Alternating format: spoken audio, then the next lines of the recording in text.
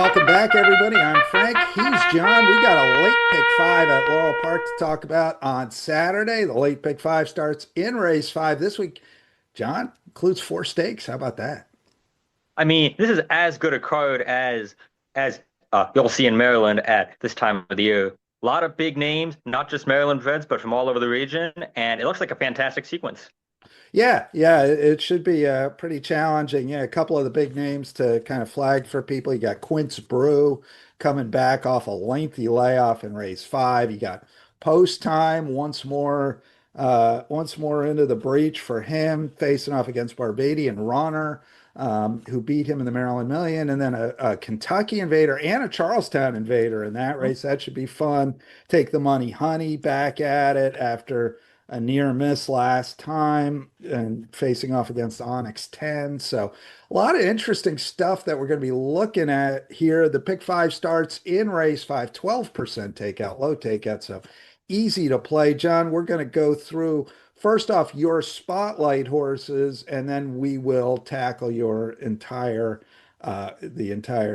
wager that you're going to put out there. So let's start with your spotlight horses, and we're going to start right away with those. Race five is the Howard and Sandra Bender Memorial, going 7/8 for Maryland and Virginia restricted horses. And your spotlight horse here going to be the number five, Blue Kingdom. I picked Quince Brew on top in this race, but I'm really intrigued by Blue Kingdom, who actually was under consideration for the Cigar Mile. JB Ness ultimately opts to keep him local. He's done his best work at 7 furlongs. He's won his last three races at this distance, all of them on the pace, all of them going away.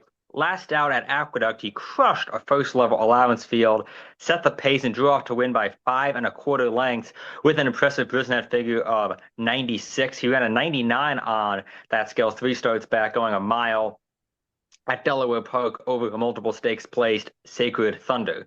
Now, on pure ability, Quince Brew is the best horse in this field, but Blue Kingdom is so fast and he loves his distance so much. It's entirely possible he just goes to the lead, opens up a big margin, and Quince Brew just leaves himself with too much to do. So I think Quince Brew is the one to beat, but Blue Kingdom could end up being a separator horse in this sequence. Yeah, I mean Quince Brew. The biggest question with Quince Brew, you mentioned pace, but the other one is he's been away since May. Mm-hmm. So if he comes back the way he left, which is possible, he came back running in the Jennings just about a year ago after a lengthy break. If he comes back like that, he's a handful here. Mm-hmm. If not, then obviously Blue Kingdom is super live off a huge outing last time. And I think we talked about this. I think you've got this horse third, Slam Notion, a little bit interesting in this spot. 3-year-old now tackling elders. I mean, he ran a big race in a Maryland Million Sprint in which he beat Twisted Ride, who has come back to win, I think, twice at Parks since then. This one was entered and scratched out of the City of Laurel Stakes a few weeks back. He's worked well twice, comes back in against a much tougher field. You know, he's got a lot of ability and he's on the upswing, but it's much deeper waters than even a Maryland Million Sprint field was. So I'm a bit wary of him. All right, let's spin ahead two races to the Politely. This is also Maryland and Virginia restricted.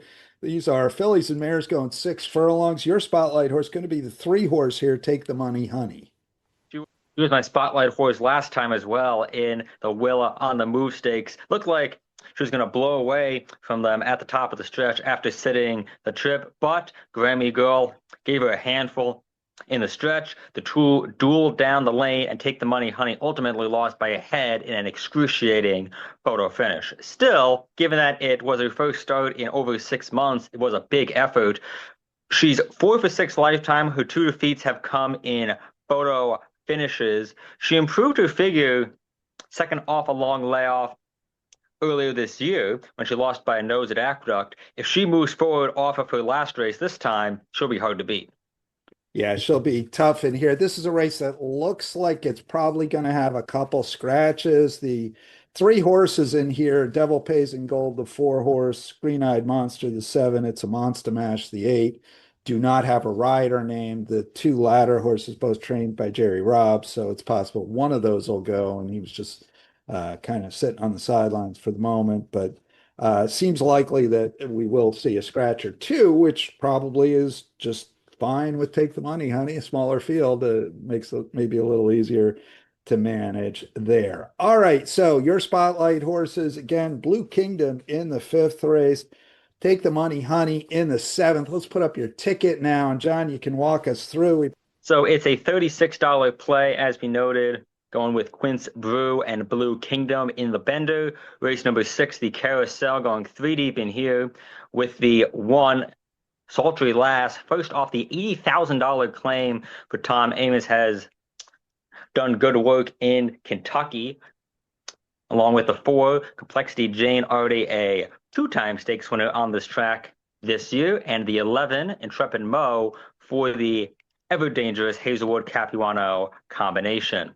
Gonna single Take the Money, honey, in race number 7, going 3 deep in race 8. Not going to use post time, going 1, 2, 3. Top choice here is the 1, Not This Boy, who has lost to some very nice horses in his career. He gave Hit Show quite the thrill in the West Virginia Governor Stakes back in August. Also going to use Barbadian Runner and Teaching the Release. Race 9, a rather incomprehensible bunch of 2-year-old filly maiden claimers going 1, 4, 7, and 9. But if you had a bigger budget, you could hit the all button because they all kind of look the same. They do all kind of look the same. All right.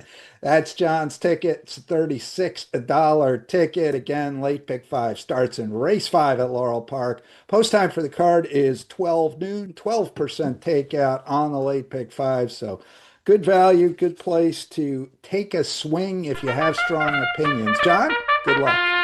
Thank you, Frank.